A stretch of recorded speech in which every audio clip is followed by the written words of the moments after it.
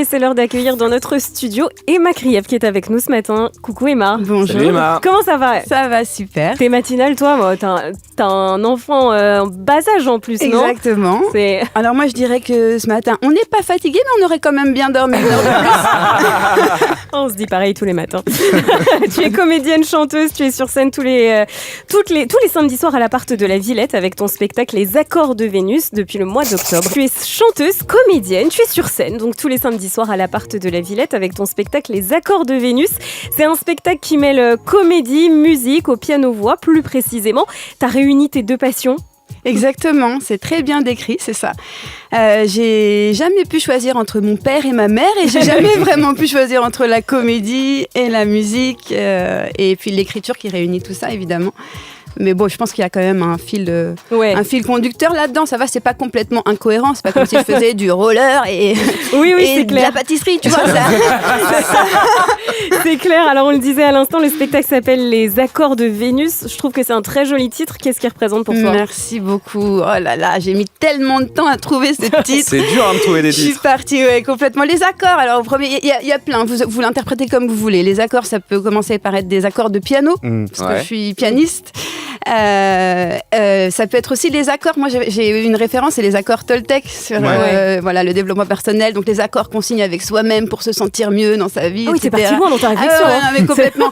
Et puis Vénus, c'est à la fois la planète, la planète Vénus, c'est la planète qui brille, enfin l'étoile qui brille le plus. Oui. Donc c'est la planète, l'étoile qui brille le plus dans le ciel. Évidemment la déesse de l'amour et dans tout ça vous faites ce que vous voulez, votre cuisine. Ça n'a rien à voir et avec tout, les hommes de Mars et les femmes de Vénus. Aussi bien sûr. Là la référence elle est un vrai délire. Très cohérente, complètement, parce que non mais en plus je parle aussi, j'évoque ça aussi dans mon spectacle, la vie de couple, donc la vie de couple avec les conflits dans le couple et pourquoi parfois ça ne fonctionne pas, et c'est ça. Une des raisons, c'est ça, c'est que les hommes viennent de Mars et les femmes viennent de Vénus. Ton spectacle, il parle de plein de sujets. Tu disais la vie de couple, la culture de la mixité aussi, l'hypersensibilité également. Et d'ailleurs, ça m'a un petit peu choqué parce que quand on arrive sur ton profil Insta, enfin choqué gentiment, c'est la première phrase, c'est « Je suis hypersensible ».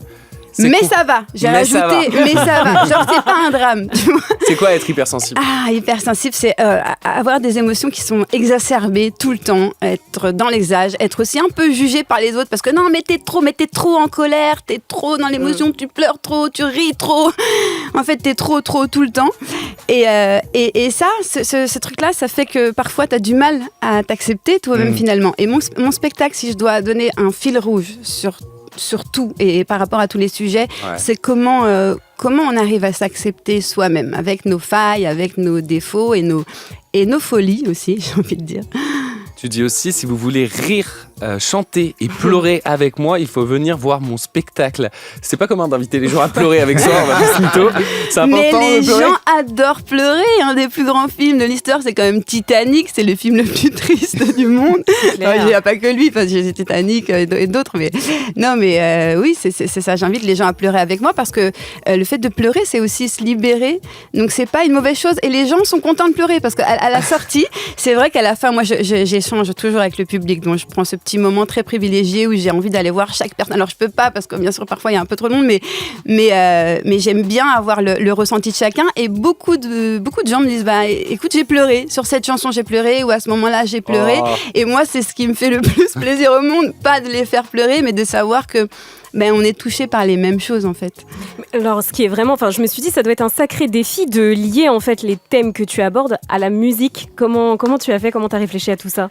J'ai pas vraiment réfléchi. Je pense que la musique, c'est ce qui m'a aidé, moi, à me sortir de tous mes chagrins, toutes mes rages, etc. Et donc, c'est les la hypersensibles musique. Sont des grands artistes. Je pense que tous les artistes sont. Et je me demande même à la fin si on n'est pas tous un peu hypersensibles, mais sauf que je pense que des gens le manifestent plus que d'autres, c'est-à-dire l'expriment plus que d'autres. Il y a des gens qui l'assument complètement. Moi, j'assume mon hypersensibilité, j'ai pas de problème à hurler dans le métro. Ouais, qu'est-ce qui se passe ? C'est donc toi. C'est donc elle.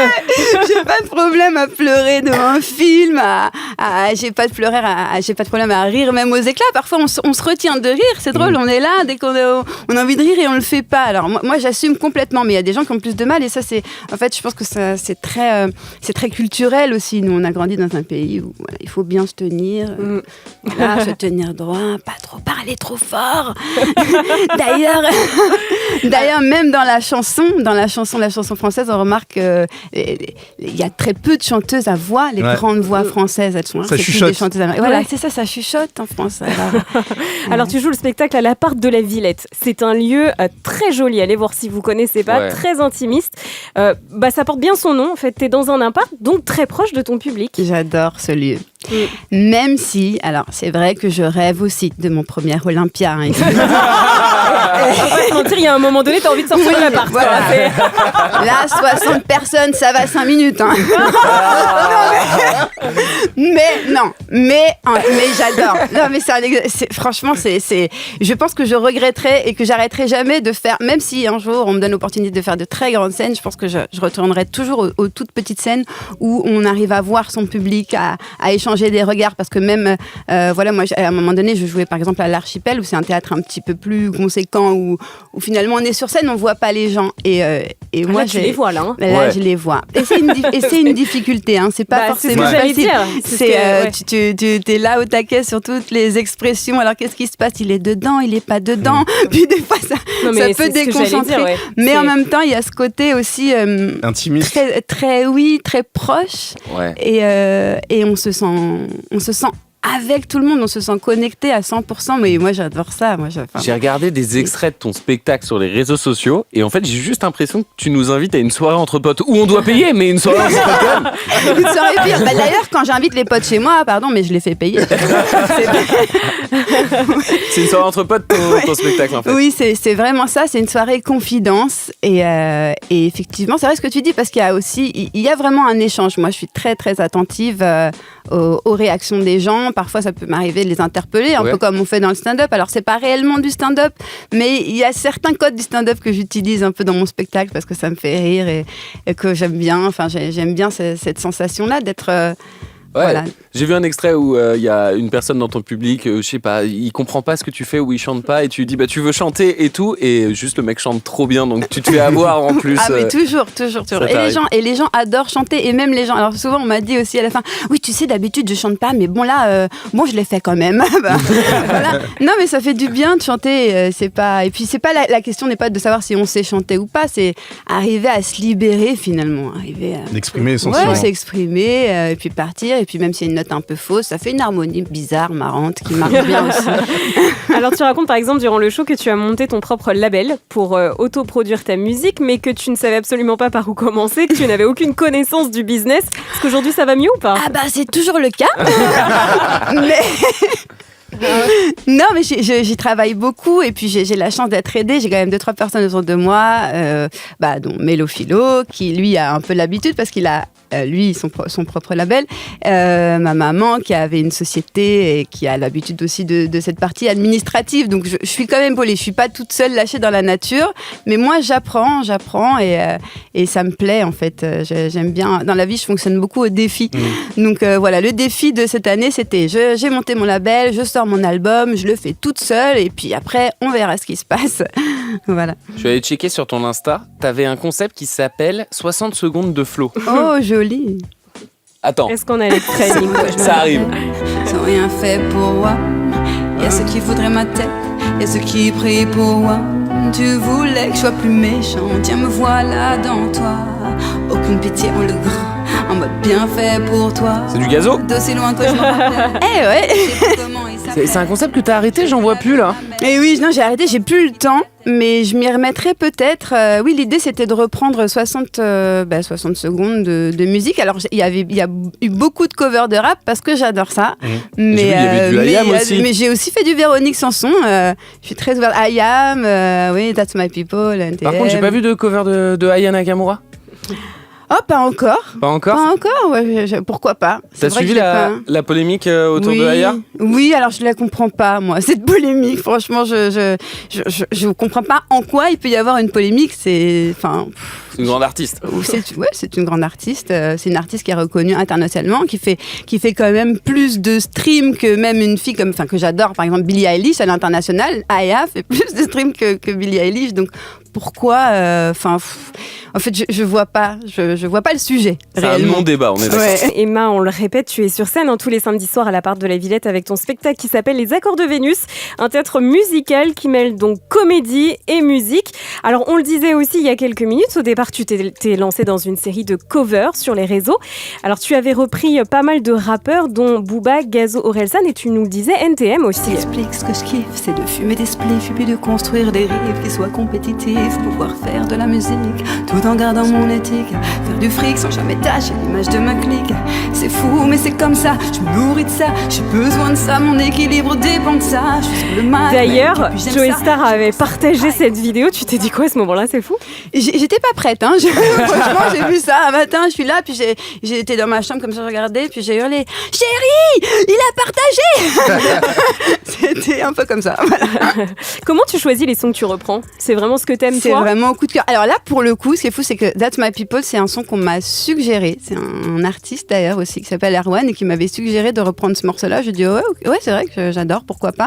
Mais la plupart du temps, où c'est le coup de cœur du moment, c'est ce que j'ai écouté, les vidéos sur lesquelles je tombe. T'avais repris aussi Yamé en juillet dernier. Je suis au Caraïbe, pas les couilles shooter drama queen sur de Vivaldi. J'arrive à vive allure, ta clique dans ma panure. Je veux pas ton 06 ni ton 07. Demain je traverse des fêtes, finance mon Merco-Benz. Dis-moi c'est quand qu'on baisse. Alors c'est un artiste qu'on aime beaucoup ici à Move, qu'on a reçu d'ailleurs à plusieurs reprises. Comment t'as découvert toi sa musique, parce qu'il cartonne maintenant? Sur TikTok, un peu comme beaucoup de gens je crois. Et alors la particularité c'est qu'on dirait que c'est simple comme ça, mais il est très technique ce morceau.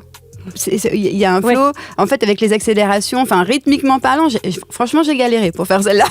Ouais. Alors ton album à la base, tu voulais le sortir en vinyle, il me semble que en vinyle. Ouais. Finalement, t'as écrit sur les réseaux que tu le sortirais aussi sur les plateformes. Pourquoi?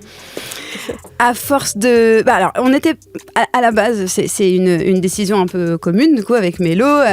On s'est dit, bon, on va faire quelque chose de très confidentiel pour nous, un peu comme une carte de visite. Et puis moi, comme je suis une passionnée de tout ce qui est vintage, je suis très old school dans ma tête, donc je me suis dit, on va faire des vinyles et on va faire que des vinyles. De toute façon, si on sort sur les plateformes, on va être fondu dans un océan d'artistes qui sortent des chansons tous les jours.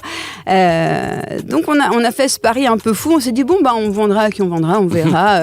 Enfin voilà. Et puis au fil des dates du spectacle, j'ai eu vraiment beaucoup de sollicitations. Oui, mais j'ai pas de platine à la maison, machin. Ouais, et à force que les gens me le demandent, voilà. Disponible en streaming. On a changé notre fusil d'épaule, voilà. Et c'est sorti cette semaine, c'est sorti mardi sur. Alors ça fait plusieurs fois que tu évoques le nom de Mélo. Mélo Philo, qui est une figure légendaire du rap français. Hein. C'est les sages poètes de la rue, Mélo Philo. Et on peut dire que t'es un peu son énigme. Il est tombé amoureux de toi. Je l'espère. Mais comment ça s'est fait là? C'est Mélo Philo et toi? En fait, on s'est rencontrés sur... moi, à l'époque, je jouais un spectacle sur Whitney Houston. Ouais. Et il est venu voir mon spectacle. On a commencé à échanger comme ça, beaucoup sur les réseaux d'ailleurs. Et un jour, j'ai eu une demande, j'avais une commande de chansons. Je devais écrire une chanson, j'avais pas tellement d'idées. Puis je parlais avec lui, je dis, viens, ça te dit, on écrit une petite chanson ensemble et tout. Et puis... il est venu à la maison, je l'ai invité, j'ai eu confiance, je me dis. Et finalement, il n'est jamais reparti. Il est encore là. Toujours là. Mais il faut y aller, monsieur. Il faut partir à un moment donné. La porte d'entrée est là. Je ne veux pas qu'il parte, non. Et en plus, on a écrit plein de belles chansons après. Enfin, il y a une belle chanson que vous avez écrite ensemble, c'est celle-là. Ce jour, on le célèbre. Ça fait 2 ans que tu fais la joie de tous les membres de la famille, t'es mon sang, mon ADN, mon... C'est dur à écrire une chanson de couple comme ça. Ouais, c'est vrai ça. Alors là, c'est vraiment une chanson pour notre enfant, c'est pas tant sur le couple. Mais c'est le fruit de... Mais à deux, franchement, le mot dur, non, c'est pas... non, pas ça. C'est pas dur, c'est plutôt... c'était plutôt naturel. En fait, l'histoire de cette chanson, c'est qu'à l'époque, c'était le confinement. on pouvait pas sortir, on pouvait pas aller dans les magasins de jouets pour faire un cadeau à notre fils pour son anniversaire. Et du coup, et je le raconte aussi dans mon spectacle, je me suis dit, viens, on lui écrit une chanson, ça fera un cadeau qui reste. Et puis finalement, on s'est mis. Alors là, il m'a dit le lendemain, mais c'est demain son anniversaire, parce que. Ah oui, c'est vrai. Et en fait, en 24 heures, on a écrit cette chanson, on a posé, on s'est mis au piano, etc. Et puis on a fini par l'enregistrer bien plus tard. Ah, c'est beau. Toi, t'es plutôt axé pop variette, on va dire, même si tu fais des reprises de Perrin. Lui, il a vraiment une expertise de rap. Hein. C'est les sages poètes de la rue. Je le redis encore, c'est les fondations du hip-hop français. Complètement. Comment vous arrivez à travailler ensemble? C'est toi qui l'emmenais dans ton univers, c'est lui qui te ramène dans le sien? C'est les deux. C'est ça qui est assez magique, c'est que par rapport, moi j'ai des influences qui sont très chansons françaises, effectivement. Lui, il a des influences hip-hop, et en mélangeant les deux et en ajoutant aussi d'autres choses à ça, parce que on est tous les deux très ouverts. En fait, c'est là où on s'est retrouvés, c'est vraiment notre ouverture d'esprit. Alors lui, je dis que c'est une banque de sons vivante, parce qu'il a une culture musicale incroyable. Il a en plus l'oreille absolue. Moi, de mon côté, je suis musicienne. Donc lui, il n'est pas musicien avec la formation. Moi, j'ai une formation classique de musicienne au piano, donc je sais lire la musique, etc. Lui, non. En revanche, il a l'oreille absolue, et moi, non. Donc vraiment, sur tous les points, on se complète. Ouais, vraiment. C'est quoi le meilleur conseil qu'il t'ait donné? Recommence. Pourquoi recommence? C'est pas bien, tu recommences. Refais-le. En vrai, c'est un bon conseil, parce qu'il y en a plein qui le disent pas. C'est le meilleur conseil, mais bien sûr, on n'a jamais fini de travailler. Et puis moi, je suis là, j'arrive avec mon texte. Ça y est, c'est bon. Il est là avec son stylo rouge, il corrige, j'allais dire recommence. Alors, il ne corrige pas. C'est ça qui est fort, et c'est ça qui est beau aussi, c'est qu'il m'a jamais corrigé, il m'a jamais rien imposé. Mais il me dit, non, t'es pas allé au bout du truc là. Et souvent, il me dit ça, et c'est ce qui a fait, je trouve, nos plus belles chansons. Il y a une des chansons d'ailleurs qui s'appelle La Montgolfière, et je me rappelle, c'est un texte, il y a eu au moins 4-5 versions, et chaque fois, il me disait non, tu peux aller plus loin. Et il avait raison, en fait. Et les sages-pots sont venus te voir ou pas déjà? Alors, pas Dany, parce qu'il est loin géographiquement, il est pas sur Paris, donc Dany pas. Mais oui, Zoxy, oui. Oui. Tu lui as demandé un feat? Je vais pas demander. J'ai pas pensé, tiens, bonne idée. C'est vrai? Le feat, il est un peu au quotidien, parce que c'est la famille, quoi. On est là ensemble. Merci Emma d'être passée nous voir. Tu es donc sur scène tous les samedis soirs à l'appart de la Villette avec ton spectacle Les Accords de Vénus. Merci à toi. Merci beaucoup de m'avoir reçu. Merci.